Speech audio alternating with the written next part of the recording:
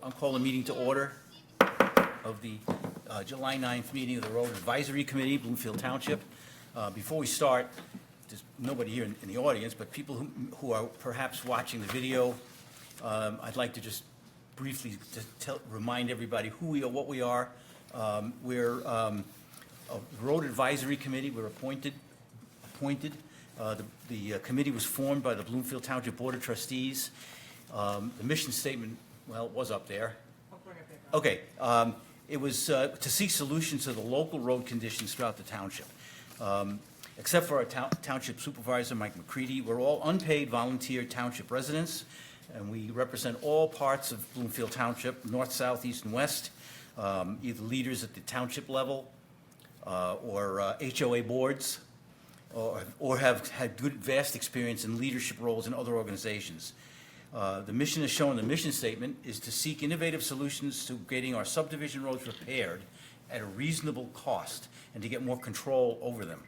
This mission statement is broad enough to allow for a blank sheet of paper approach, yet narrow enough to stay focused on the goals we set for ourselves. And we want very much to hear from everybody. Come on in. Hi, Erica. We want to hear from as many people as possible. And we'll have a period after the presentations for public comment, and we do it after that so that you can ask questions on what you've heard today. So with that, first, we have approval of the minutes of the June 11th meeting. So moved. Moved? Is it moved? It's moved and second. All those in favor? Aye. Aye. Any opposed? Okay. We have a quorum. We have 6 of us at a, we have 1, 2, 3, 4, 5, 6, 7. One more is on the way. So we have a quorum. So I guess with that, let's just, Corey Almus, Bloomfield Township Director of Engineering and Environmental Services, will give us a presentation. Good afternoon, committee. Again, my name is Corey Almus. I'm Director of Engineering and Environmental Services for Bloomfield Township. Just to give you a quick history of my background in road construction.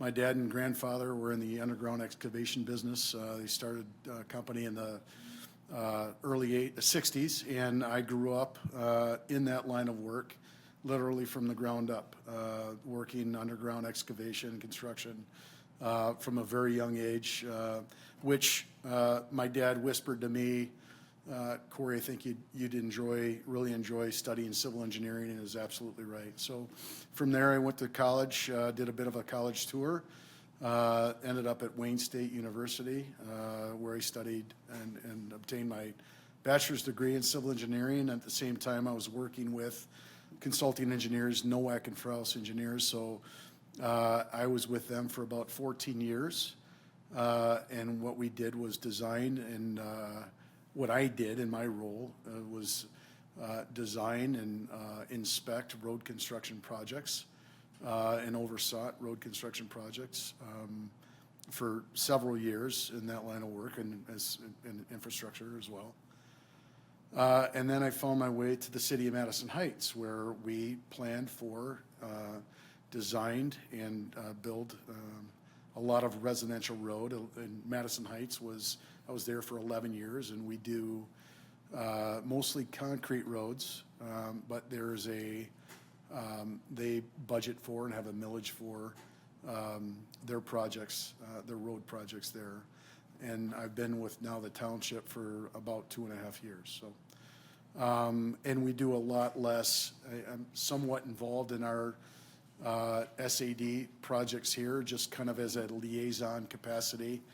Because obviously, as you know, our roads are operated and owned by the Road Commission for Oakland County. So through our SAD roads in Kirk Way, a couple years ago, last year was the Village, Bloomfield Village SAD. And there I'm, like I said, a liaison to those projects. If there is a question that residents have or a hurdle that the Road Commission has or their contractor, I get involved in that capacity to identify the best way to navigate some of the challenges we have in those projects.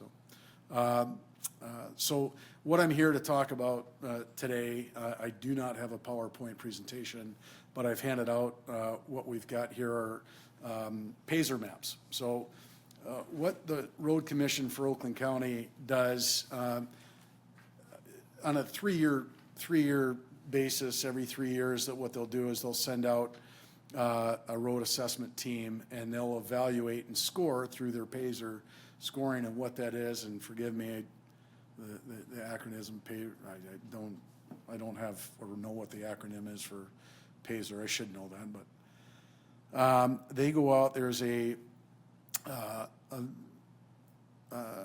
uniform grading system, meaning like an assessment system of the road networks, and they do segment by segment. So block to block, they'll assess a road and give it a score from 0 to 10. The 0 being the worst, 10 being brand new, a brand new road. So 3 years ago, this is the most recent main road segment throughout the Bloomfield Township. And you'll see that the red roads there are the worst segments of road, 0 through 4. And the yellow would be 4 through, I think, 7, fair condition. And the green roads would be 8, 9, or 10, relatively new construction, new paved roads. RCOC does that. These roads here, what you're seeing here, are federal aid roads that are eligible for federal funding.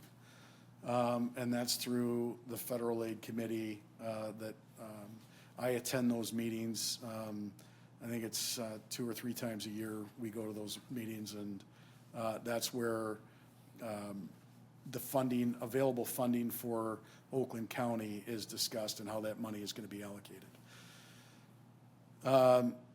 What we are talking about here, I think, primarily are the residential roads.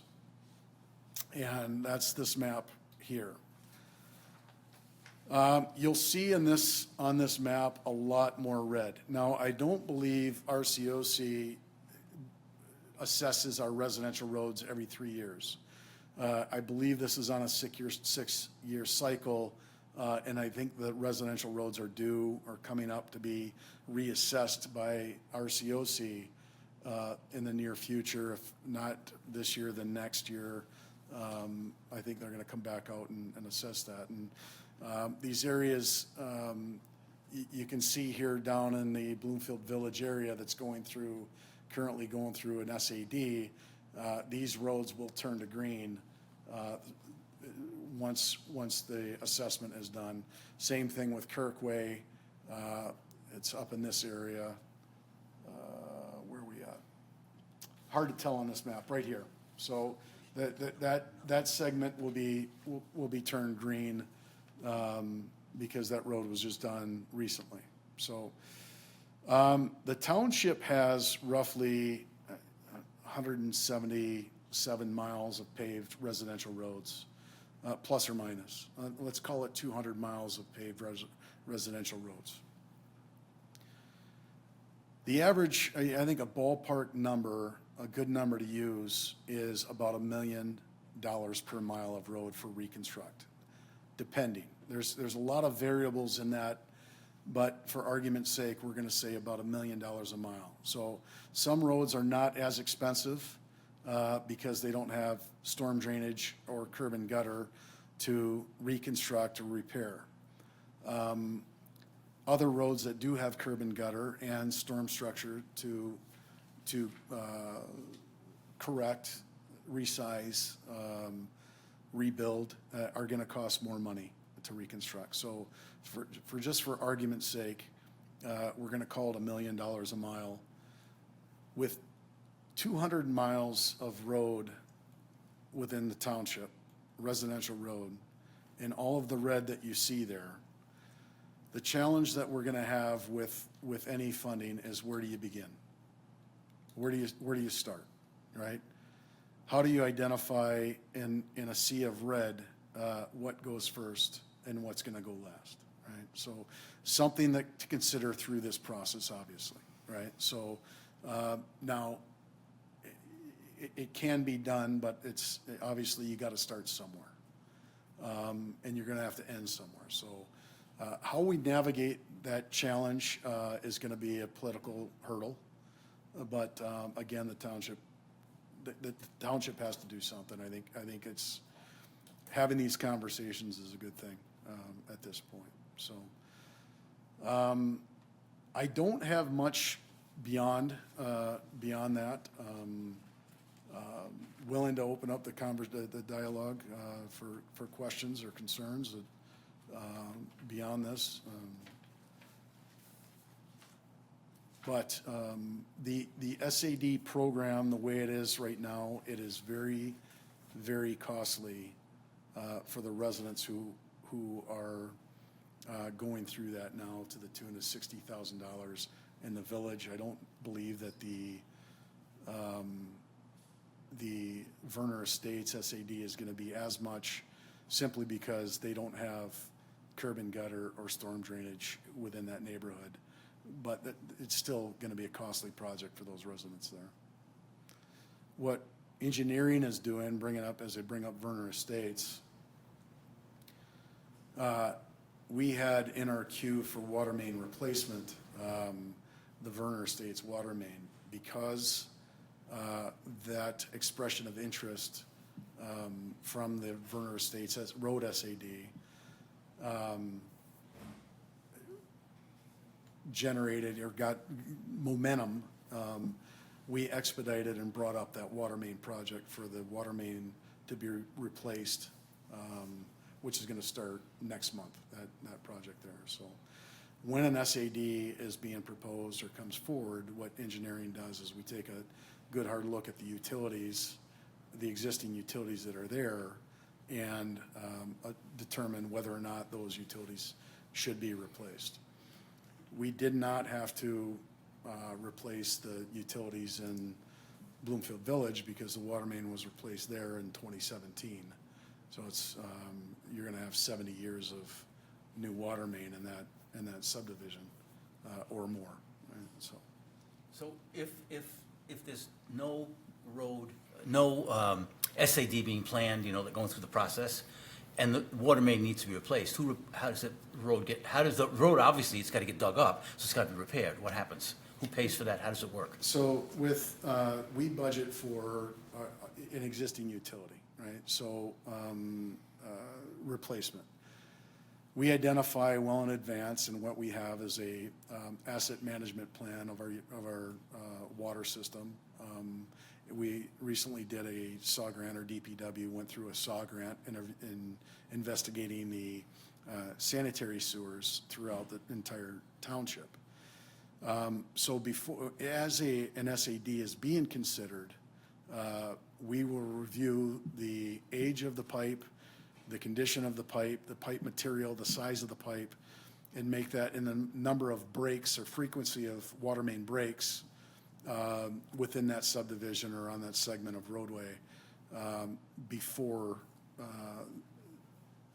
or as the road SAD is being considered, okay? So it's not necessarily that you predetermine, you say, okay, we're gonna have to replace these water mains, and then all of a sudden they go with an SAD and say, well, then let them pay to replace the road. Yeah. Because if they didn't have it, you'd have to replace it. So, yeah, that's correct. But what we do is we have a 5 and 20 year list through our capital improvement or asset management plan, and we identify for the next 5 years or the most serious need for water main replacement, and then 20 years out is the list of, we identify these. Now, as Werner Estates, for example, that was on the 5-year plan and probably in year 5, but we bring that project forward because of the expression of interest for the SAD. It was already planned or on the books to be replaced, but because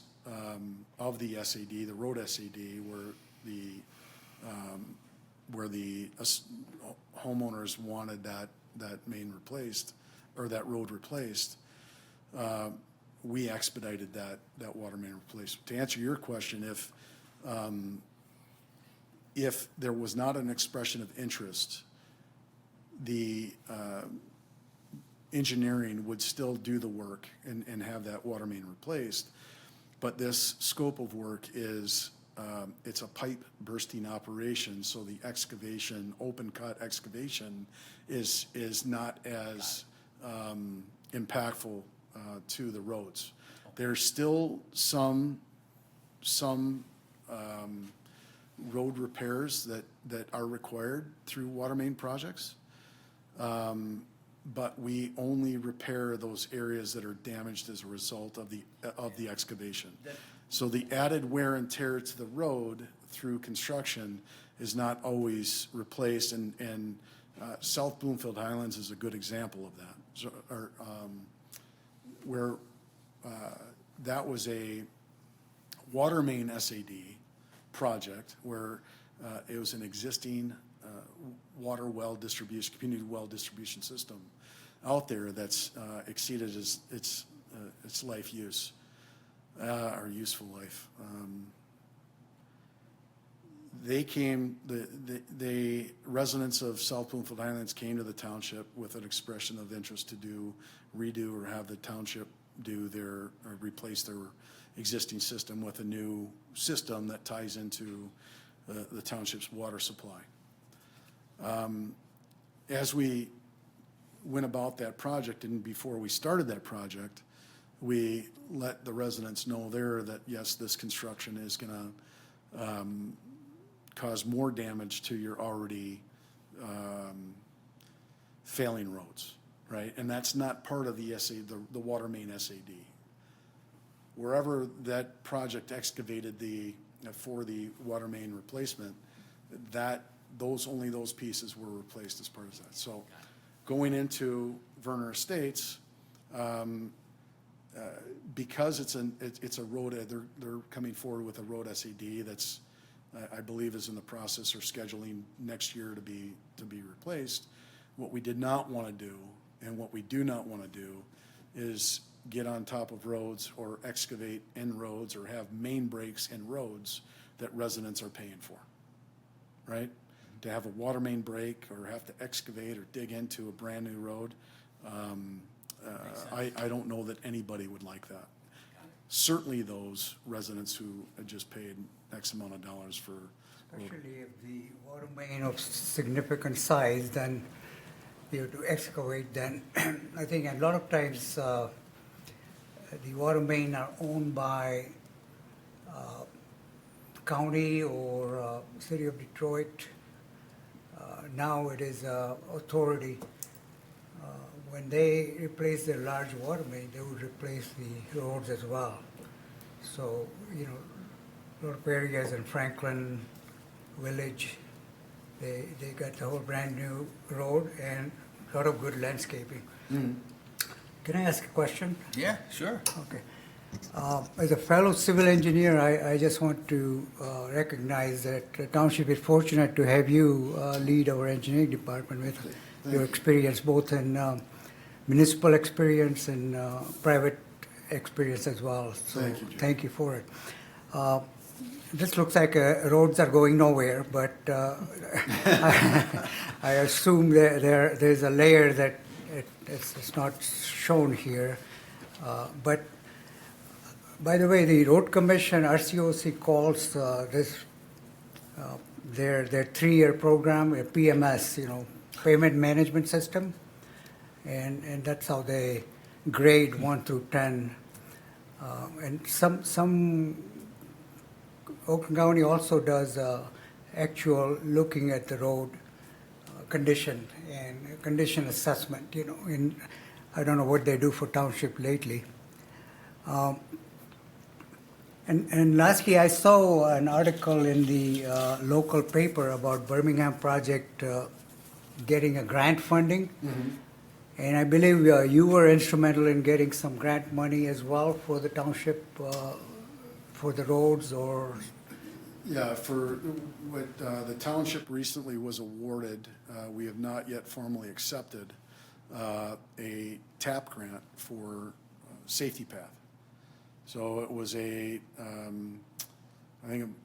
believe it was a $1.3 million TAP grant award for the construction of the safety path on Telegraph Road, northbound Telegraph, from where we left off just a year ago, all the way to the northern limits of Bloomfield Township.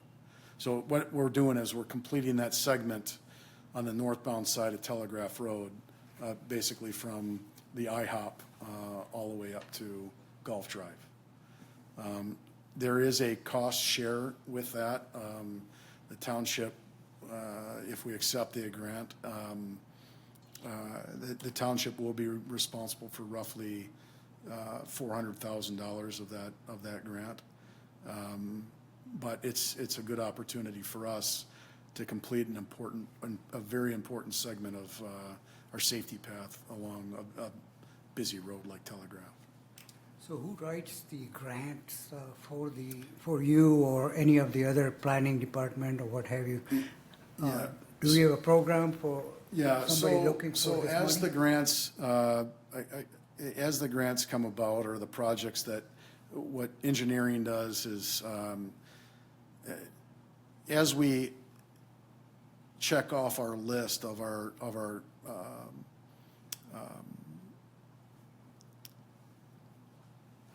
what is it, master plan, I'm sorry, General Rensselaer Safety Path Master Plan, as we check off those segments that are not yet completed on the master plan, we look forward the next 3, 4, 5 years out and plan accordingly. This segment was considered about a year, maybe 2 years ago on Telegraph, and we thought that that would be a viable candidate for a TAP grant when it became available. So our timing was actually really good with that, and we had applied for it. It's a combination of ESD staff and our consulting engineers, Hubble, Roth, and Clark. And we collectively compile the information and then apply for the grant. Well, congratulations. The last question is, as far as the road funding goes, grant-wise, that's something pretty much RCOC does all that for us, or Well, you get involved? no, not necessarily, and this is getting into an area where I'm not really an expert on it, but I've got some familiarity with it. So because the roads are in Birmingham owns all of their roads, all right? So they can apply for funding. I don't know what funding mechanism they've got beyond federal aid funding, but there's, through the federal aid committee, there's certain criteria for, just like in this other map here,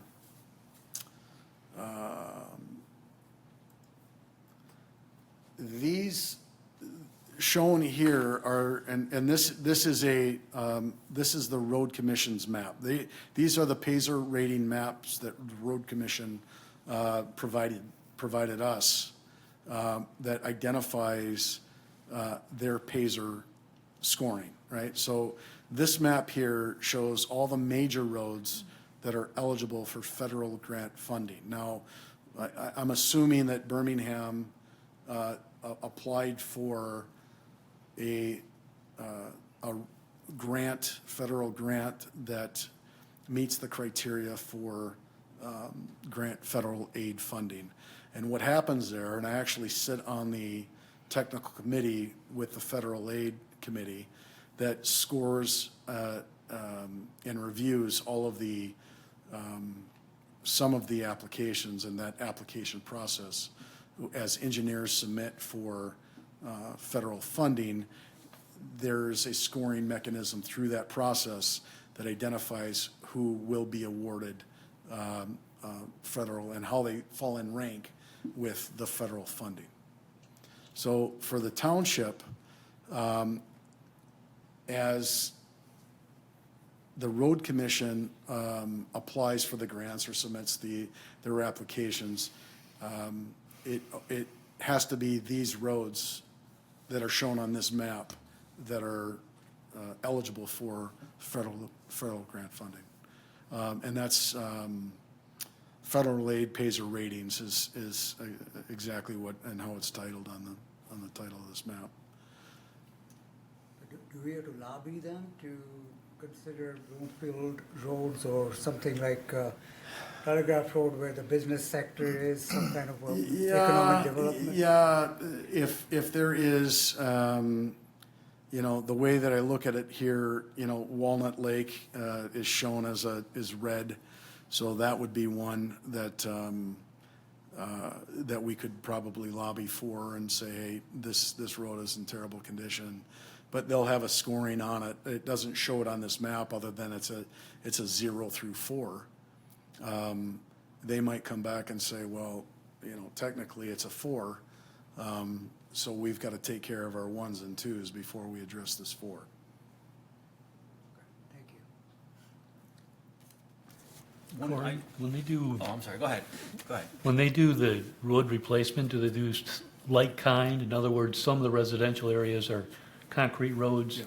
some of them are blacktop. It seems as though if you go through the SAD process, it's always going to be blacktop, even though their existing subdivisions may be concrete. It Yeah, seems.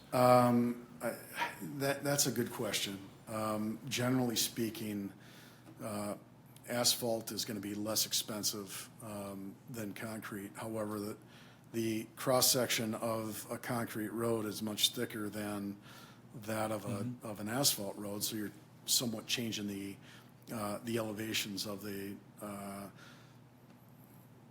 curb and gutter. Are you going to put in curb and gutter? Are you know what? There's a lot of variables that go into that cost analysis, but you can go either way, and that fluctuates too with the cost of fuel. So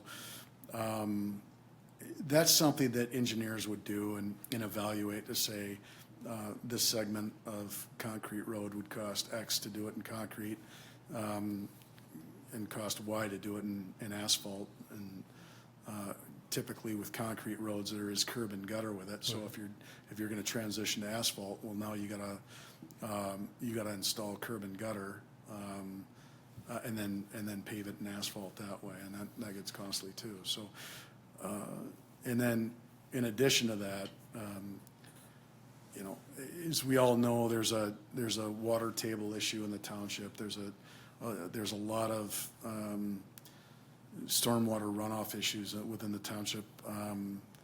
The road commission owns all of the storm structures and storm responsibility within the RCOC right of way, or a large portion of it. Let's say it that way.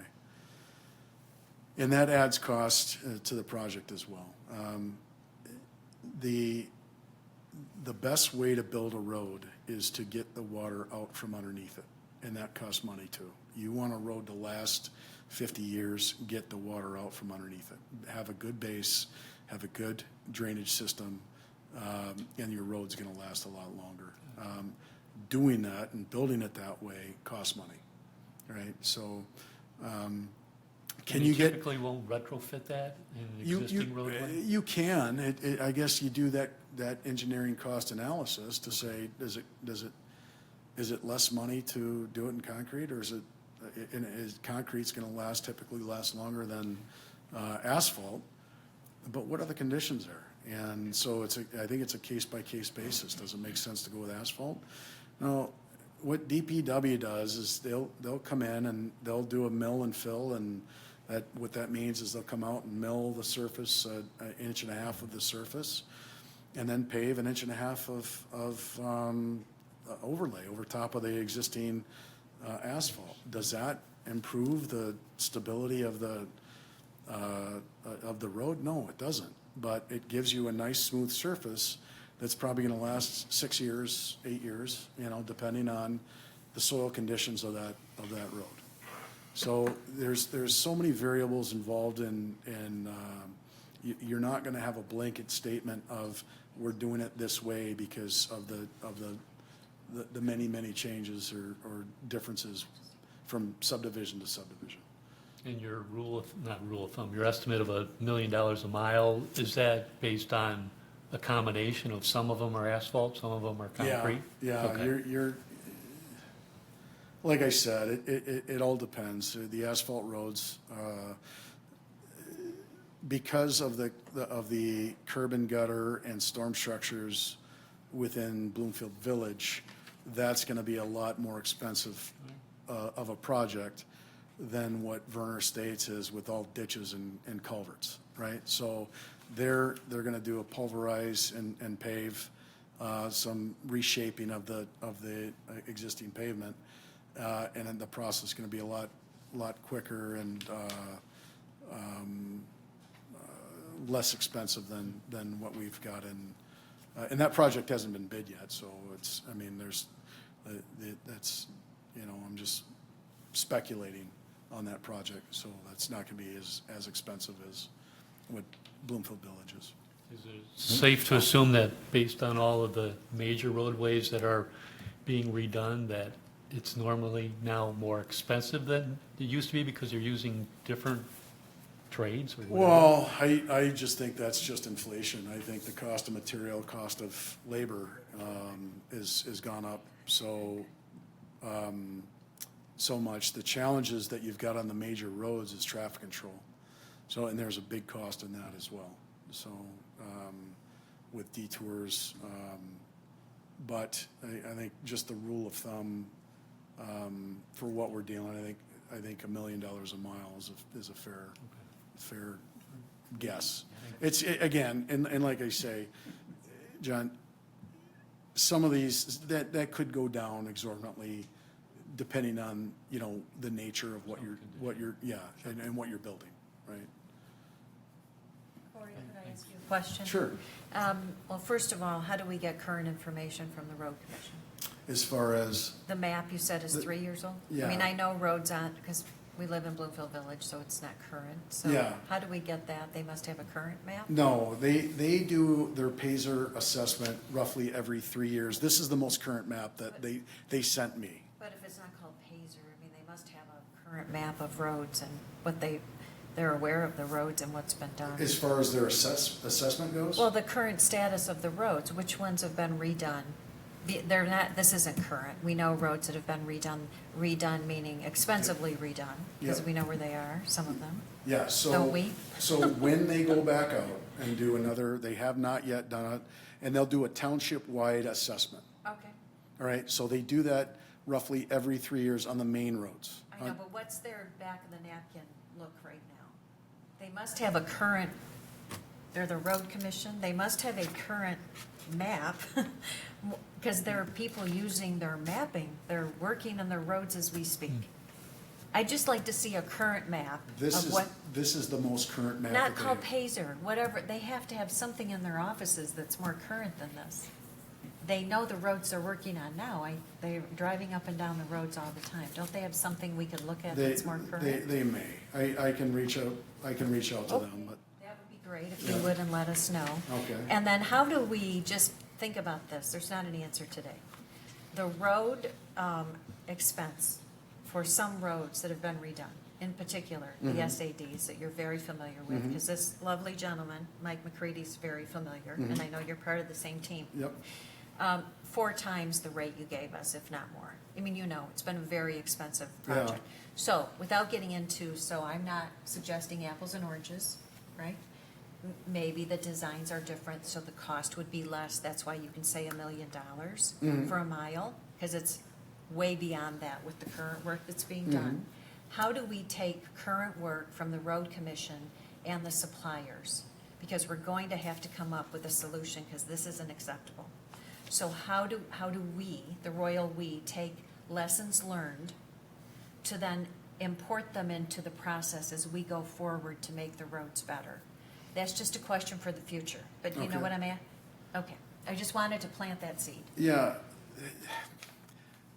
That is a very difficult question to answer. Not asking today, Yeah. that's why I'm saying, not asking today. But there's a lot of information, because that's how we live our lives, we Yeah. learn by doing. Yeah, So I'm just suggesting that we try to find a way to do that. However, whatever the solution is you all are Okay. going to propose, because this, we know this doesn't work, be great to know that all that knowledge can be migrated forward. That's all I'm saying. okay. Yeah, thank you. I have something on this map, the one with all the red, all the Yeah, red. okay, let me get back to that one. There's a lot of empty space here. Am I assuming correctly? You know what to say about assume, but I'm assuming that those are private roads? So. I know one section is, I Yeah, can see that- it, but there's a lot of empty space here. Yeah, so there might be a lake there, or a golf course. Got it, or- okay, so it's not, okay, so Yeah. it's just not a Yeah, road. yeah.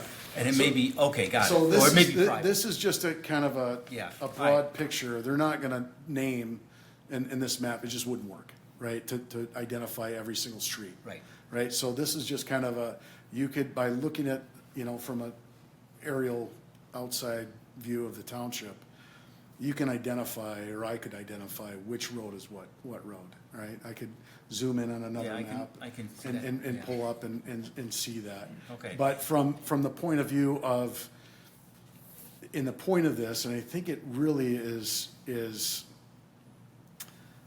a true depiction of what the road conditions within the township and how bad they are. Well, I'm getting there. Right. Okay. The other thing is there's a notation on here, both maps, that said there's a gravel road, and I don't see any of those gravel roads on here. I know at least one, I don't see it on here. So Yeah, perhaps because they don't evaluate it. They don't, yeah, It's not on there. gravel roads are not Okay. evaluated. It's only concrete roads or asphalt roads. Okay, got it. Yep, yep. The other, you just touched on it, and I was gonna touch on it too, that it looks to me, of the roads that are on here, over 90% of the roads on here. Now, I guess, like you said, there are some that have been redone, but what I see here, it looks like over 90% of these roads are red. Yeah, I think How do that's- we get, do people in the township ever get to see this? I mean, if they looked at this and saw how bad they are overall, not just someone saying in a posting, we have this number of road Yeah. that needs it. If they saw this visual, Yeah, I would think that they would be here in the audience saying, you guys are doing let's get it done. well, yeah, How do we get that, can we get that out?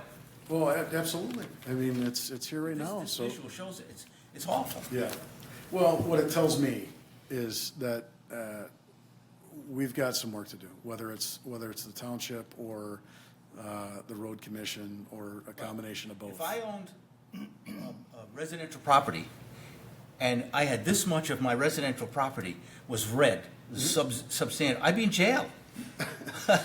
Because I own it and I'm not fixing it. Yeah, yeah, I mean, it's, what's, from my observation, again, I've not been in the township very long, so I'm still learning on the process of how we interact with the road commission and Yeah. SADs and residents and HOAs and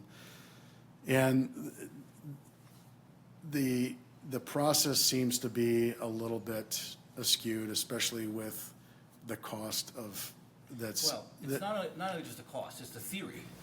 It, again, go back to personal. Yeah. If I have a building that I rent out to a tenant, and he calls me and says, my roof is leaking, and I say, well, fix it, you're using it. It's the same thing. Yeah. Oakland County owns the roads, and we're saying they're terrible, and said, well, you fix it, you pay for it. But I own it. Yeah. It's just, Well, anybody who's watching this, you can see where we're going here. Oh, It's yeah. not tenable. Yeah. It just doesn't work. yeah, Go ahead. Our subdivision went through a SAD and we have asphalt roads, milled it down and put in new roads about 12 years ago. And I can tell you the quality of the roads are lousy after 12 years. And I look and we're one of the few yellows on this map. But after 12 years, we're in the 5 to 7 range. And it's going, if it's 7 when it was done, it's Yeah. closer to 5 now. And I think if the next time around, I don't think it will be yellow. yeah, And then we're deeply disappointed that we put out good money yeah. 12 years ago. And it, I mean, we're in the soup already. That's very disappointing. Well, the rule of thumb, I think, generally speaking, and again, it all depends on the road drainage, the water table, the subgrade in building a road. But the rule of thumb generally is you get 2 years per inch of asphalt. Right? So if you did, I'm assuming a 4.5 inch cross section on your road, you're looking at 9 or 10 years before it shows signs of failure. Yeah, but the SAD, you're paying it for 15 years. So it's gone before it's even paid off. You're paying on. Imagine buying a car like that? You're paying on a road that, that by the time, on a 20-year payback agreement, you're paying on a road technically that could already be beyond its life or use life. So is that is that part of it because of the standards that are used by the, whoever's putting them in? I mean, No, it's, you can build a road that you can land airplanes on, but that's gonna cost a lot more to do that, right. right? Or you can do a Band-Aid, and a Band-Aid is still gonna be expensive, but it's not gonna last as long as a thicker roadway. Yeah. I don't think these SADs, as he just said, that's not a Band-Aid. That's a No, rebuild. but That's a you're- total rebuild. But- We expected a what- different result, and Yeah. we were thinking 30 years, and we're 12 into it, and at best, this is gonna last 20, but I'm not convinced it will. Yeah. No, it's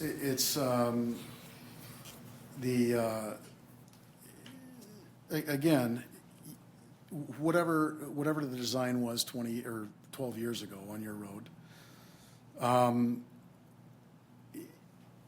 they have to find, I think the engineers at that time had to find the happy medium of what the intent was, okay? So it's still, the residents through an SAD are paying very good money to do that, or to build that road or rebuild the road, but they have to do it in a way that is affordable for the project.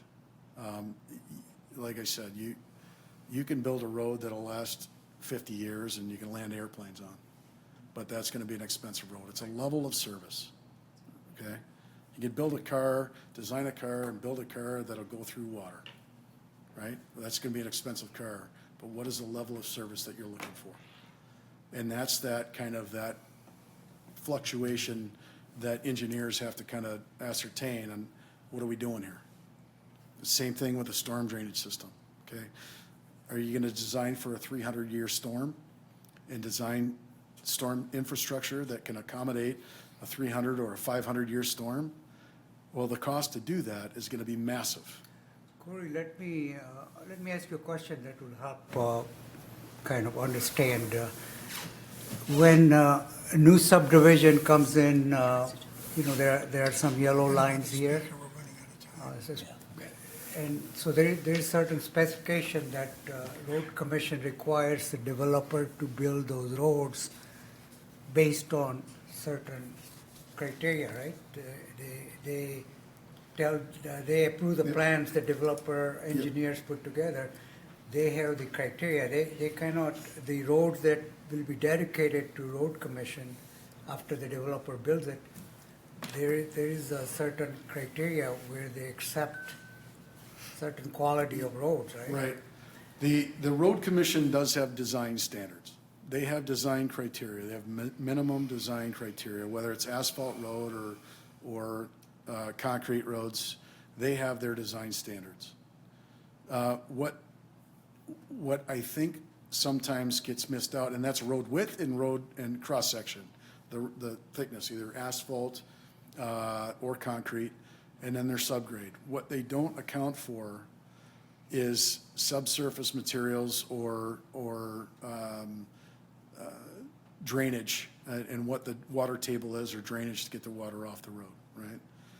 They don't account for that, okay? So as you add into more drainage or getting the water from underneath the road, that again brings up the cost of the project, okay?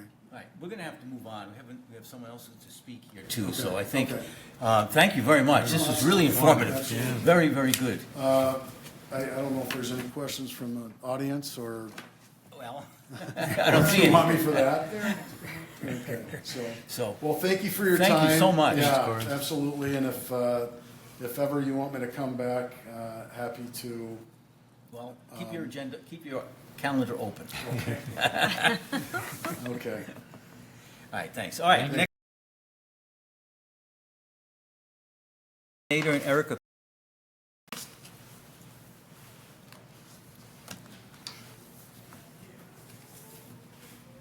Guys, hi Eric. Hey Fred.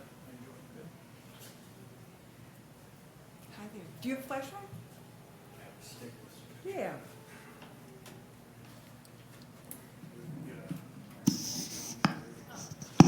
I have a.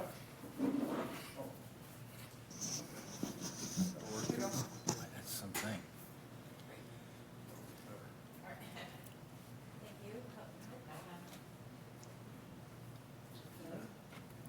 Not yet. That's not on, I think. I turned it on, it was green. Is it working? No. No. Let's see if there's something I have to turn on. Try it now. Jeff, try and touch that pad right there in front of you. See the pad right in front of you? This? Nope. Nope. The iPad, little This. iPad, touch that. Does it say microphone on that thing somewhere? That might be turned off. Doc cam, power. Oh, there you go. Oh, you Oh, got it. hey, okay, yay. Fixed it, Jeff. Magic. Way to go. Good job, Jeff. It's got the golden touch. Doesn't Don't say- touch it again. Yeah. I won't touch it. Yeah, step away from it. Thank you for having us. And I apologize that I offered to go first because I do have to leave shortly, so I'll stick around as long as I can, and then I'll have to head out. I apologize, but my dad, Fred, can certainly, we live doors away from each other, so same issue. My name's Erica Colston. I live with my family on Wedgwood. We're in the Berkshires neighborhood, south of Lincoln Hills. So we've lived there for 20 years, actually, just this month. And when we lived there, my parents and I both bought homes, like I said, 2 doors away from each other, and made some renovations to the existing homes, but we didn't knock the homes down completely. When we bought there 20 years ago, it was still mostly some of the original residents and older families, and mostly the original ranch-style homes or traditional, like, 2-level homes. Our lots are larger, and that has, over the years, attracted larger homes and larger families, which has definitely had many of its benefits. There's more younger families and kids in the neighborhood, which is great. My husband and I have a 10-year-old, and so there's lots of new families and kids in the neighborhood for him to play with, and for us to walk in the neighborhood and everything. But we also have had numerous building projects with homes that are in excess of 3,500 to 5,000 square feet. And they tower over our homes. But also they lead to 1 to 2 to 3 year building projects where they're hauling in heavy trucks with lots of dirt and concrete and other building materials. And over the years, especially in the last, I would say 5 years, we have seen our roads crumble. I have made numerous complaints to the township. We actually have had a couple sections of our road repaired or replaced where they're smooth, but the vast majority look kind of like what you see on the screen up here.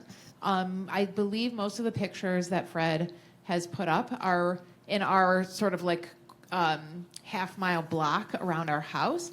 In the last few years, we've had 5 new homes built in that, just our little circle. That's about, I think, 0.4 miles. 0.4. So you can see a couple things in these pictures. There's the roads literally crumbling, which is difficult to patch and repair. Can you keep going through? And then there's also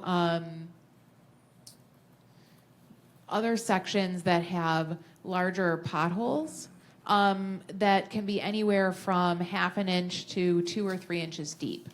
So this causes a lot of obvious safety issues for kids that are trying to ride their scooters or their bikes, for people like myself in wheelchairs, for people walking and trying to just go on a walk at night, as well as cars traveling on the road. So there's no sidewalks?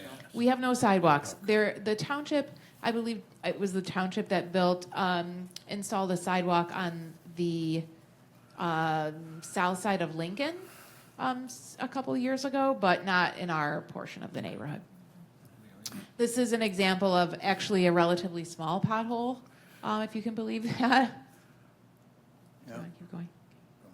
You want me to dance? These Yeah. are patches where there's, either crumbling or crumbling plus.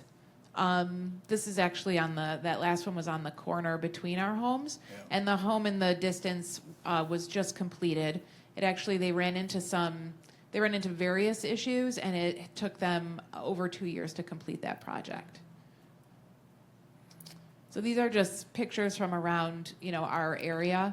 I actually have, I don't know if this is a photo I have, so I don't think it's on here, but the pothole is actually so large, my son, who's 5'2", is sitting in it. So, for me, it's definitely a safety hazard, so that I don't fall in it. But also, like I said, it makes walking on them really unpleasant. Yeah, I think there was, a lot of interesting discussion earlier about the surprise of how much red is on that map. How much construction do you think we've had in our township in the last 5 years? And do we have that map from 10 years ago? And what did that map look like? And so we have this interesting paradox, and I like designing questions, because I think everybody's smart enough to figure out answers, and if not, we can ask Google. But the reality is that we have this paradox where the road commission owns the roads. They have responsibility for the roads, but the township has responsibility for construction and for allowing new permits to take place. And what level of analysis is the county doing, or the township doing, over looking at what kind of damage is going to happen to that road over the process of new construction? I can tell you just from my experience of working with our building department, great people, but our process of evaluating damage is like 50 years old. Somebody comes out, takes a picture of the surface of the road, and when the house is done, they take another picture, and if there's a pothole, the builder's supposed to put cold patch in the pothole. But nobody's looking at what damage is being done to the road. So you look at this neighborhood, that these pictures are from a 4/10 of a mile circle around our area. And so the typical houses that are being built now, they're 1 acre lots. So 22 to 2,500 square foot houses are being torn down, and 5,500 to 6,500 square foot houses are being put up. And so if you look at a typical 2-story house that is in that range, you're looking at a 3,000 square foot basement. You've got to excavate 10 feet, right? There's some simple math when you start looking at that. You're looking at 27 yards of concrete just to pour those walls, or 27 yards. No, it's 108 yards. It's 27 yards per wall. So you're looking at 11 truckloads of concrete at 10 yards per load. So it's 11 66,000-pound trucks bringing concrete in just to pour that basement. You're looking at 1,387 tons of dirt being removed from the job site. And typically, that's happening in tandem trailers that hold, I think, like 40 yards per trailer. So you've got a huge amount of tonnage. Now, I don't have the experience, but I know I've worked with our road commission, and I worked with MDOT in my previous work, working with Brooks Patterson on the Oakland County Connected Vehicle Program. I know that we know at a level, maybe not in this room, but certainly with the road commission and MDOT, we know how much damage is done to a road of a certain construction at a certain weight of a vehicle that goes over the road. Those are known mathematical things that we understand. And so we're looking at removing, all this dirt. I mean, the house that's across the street that was recently done is a 6,500 square foot ranch. there were over 2,500 tons of dirt removed from that job site. And some, 25 truckloads of 80 yards of tandem truck. Not counting the concrete that had to be poured into the basement. So we're doing damage to the roads, and we're doing damage because when you're looking at assessing a permit, we should be understanding at a fairly scientific level what the condition of the base of that road is. Because every time you drive a 66,000-pound truck or 100,000-pound truck across the road, you're gonna create microfractures somewhere within the base of that road. And over time, those microfractures turn out looking like this. And we're not doing anything about it. And so we have this condition where we're tearing down a 2,500 square foot house that's 50 years old, has a tax base somewhere in the neighborhood of $400,000 to $450,000. We're putting up a 5,500 to 6,500 square foot house, construction costs around $500 a square foot. We're building $3 million houses where we took out $400,000 houses. Now, the township benefits from that. The county benefits from that. The road commission doesn't benefit at all, yet they have the responsibility. And so I think what I would like to see is us talking about how do we find some shared responsibility between the county, the township, and the road commission to fix these roads, but to also understand how do we assess permits based on the amount of tonnage of construction that's going to take place. Yeah, I don't know when the last time is that the township updated their methodologies of inspecting for permits. If I were gonna take a wild ass guess, I'm gonna say it's 40-plus years ago. We were doing 2,000 or 3,000 square foot houses back then. And if you go across, we live between Telegraph and Losser, but if you go across Losser behind the church that's there and the school, they have the same problem in that neighborhood. And the amount of construction in your neighborhood, the houses are a little bit smaller, but there's 3 times as many of the houses being built. Right, that's true. You know? 20% of the subdivision's been rebuilt. Yeah, no, absolutely. And so we've got to find a way to understand, like, as a homeowner, I don't want to pay for an SAD because your current processes are going to ruin the road just like your road has been ruined. Because nobody is monitoring the damage that's being done to the road.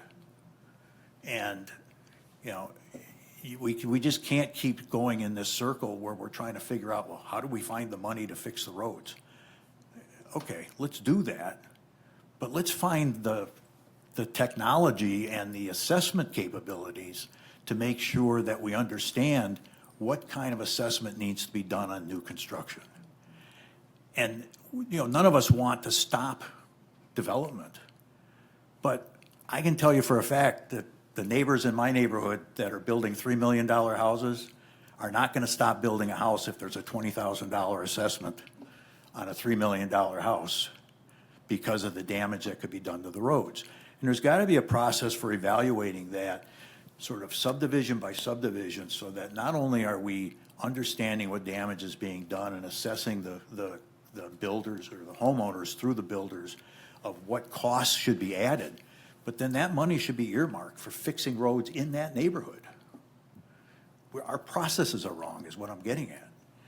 I don't know who has a legal responsibility in all this, but there's certainly an ethical responsibility because the accelerated damage that's being done to the roads is being caused by the township.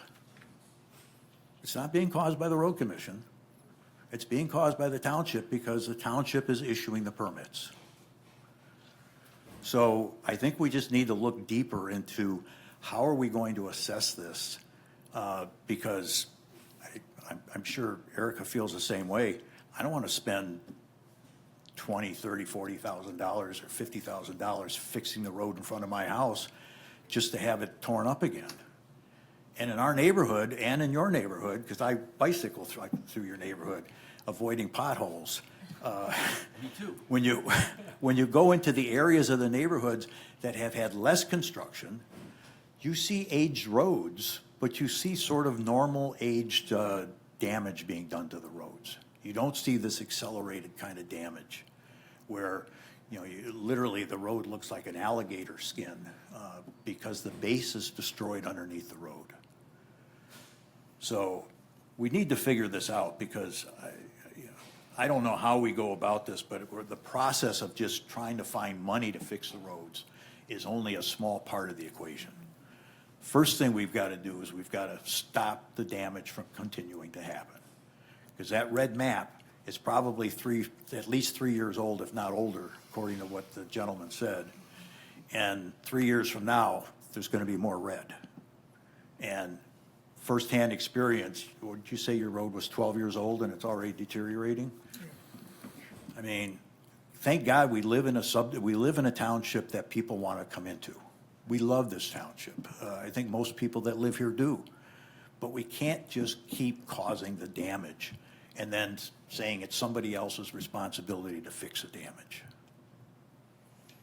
Okay, yes, go ahead. Listening to this, a possible solution could be at the start of construction, placing the homeowner would place money into escrow to be used to repair the roads at the end of construction.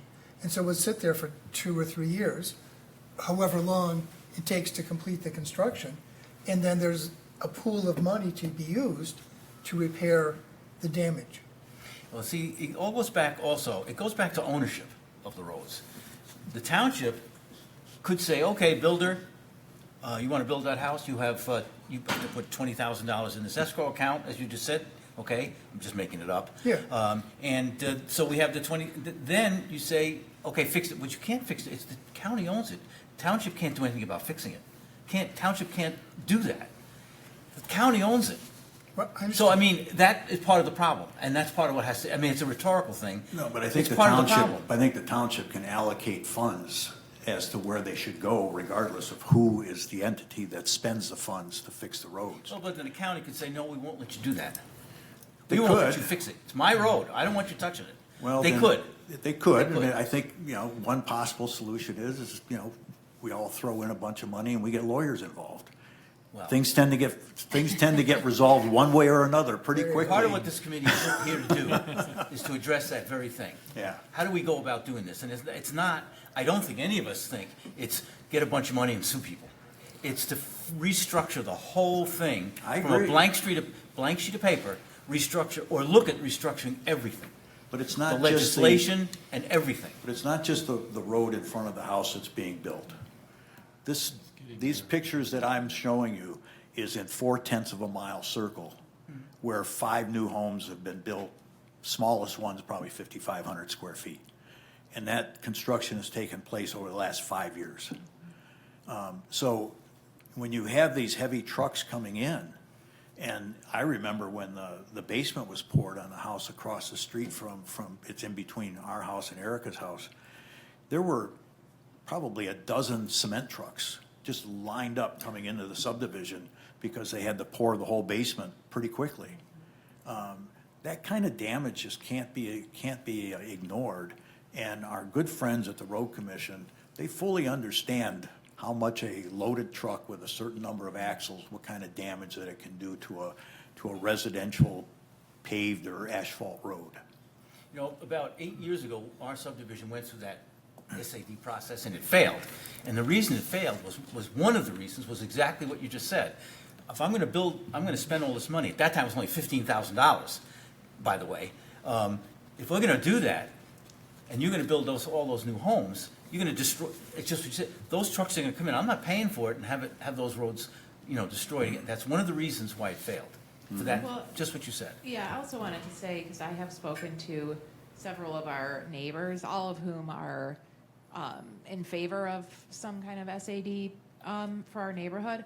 But the one factor, I think, is that we're not in control of how or when the permits are being approved or the building projects are happening. So, it's hard to know when would be the right time to embark on something like that because, we still have probably half our neighborhood that's existing homes that eventually are going to be bought and torn down, you know, so it's difficult to know when or how to do that in a way that you're not just like throwing your money away. And I agree with what Fred said about the damage not being just in front of the home. We have between, we live on a corner, so between us and our neighbor on the other corner, neither of us have done significant construction in the last 5 years. Our neighbors behind us have not, but our road between our home is literally crumbled, just rocks and dirt. You know, so it's about, these trucks are driving through our neighborhood. You know, unless you're the first house in and you're doing it, they're driving through the neighborhood and they're parking on your roads. So it really How doesn't. many of those trucks are going from your neighborhood where they're building a house, come down Lincoln, down East Bradford, go through East Bradford over to Cranbrook? We see Right. them every day. Yeah, Every day. Exactly.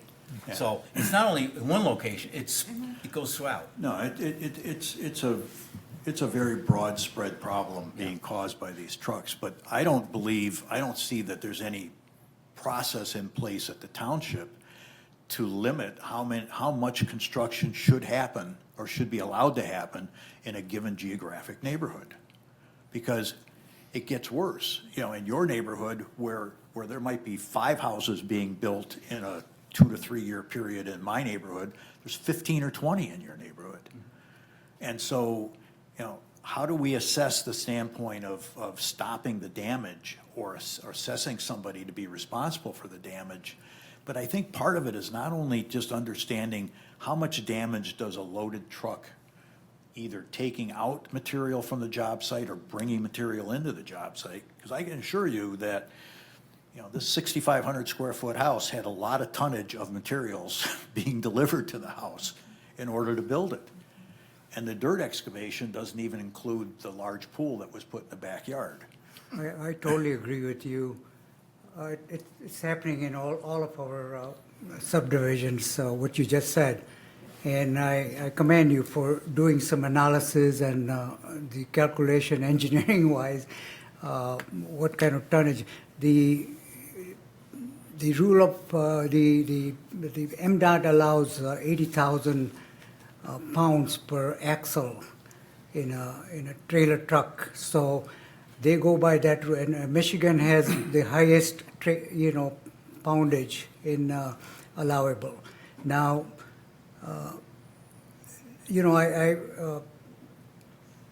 Jeff and I play golf in Birmingham, and there's a Strathmore Street. There's a developer took off 3 homes and built a $50 million house. Yeah. And you I'm aware could of see that road is in such a bad shape. And so, but I would think that the developer or people, it's a curb appeal, right? So if you're gonna buy a $3 or $4 or $5 million home, you want a road to be some presentable to a buyer.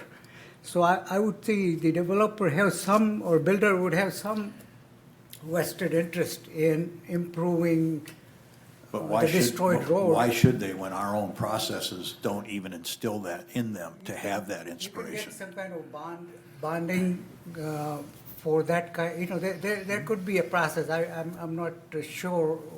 I agree, I'm just saying is that we have to start off by understanding the cost, the damage to the infrastructure. And I understand the amount of tonnage per axle that's allowed. And my data is 6-7 years old now from being on the Oakland County Connected Vehicle Program.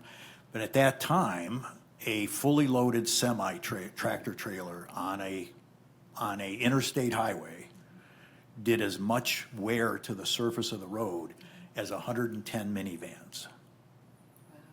Now think about that. So that's under legal loading. So it's not just, that we're within the axle weight limit that the state allows.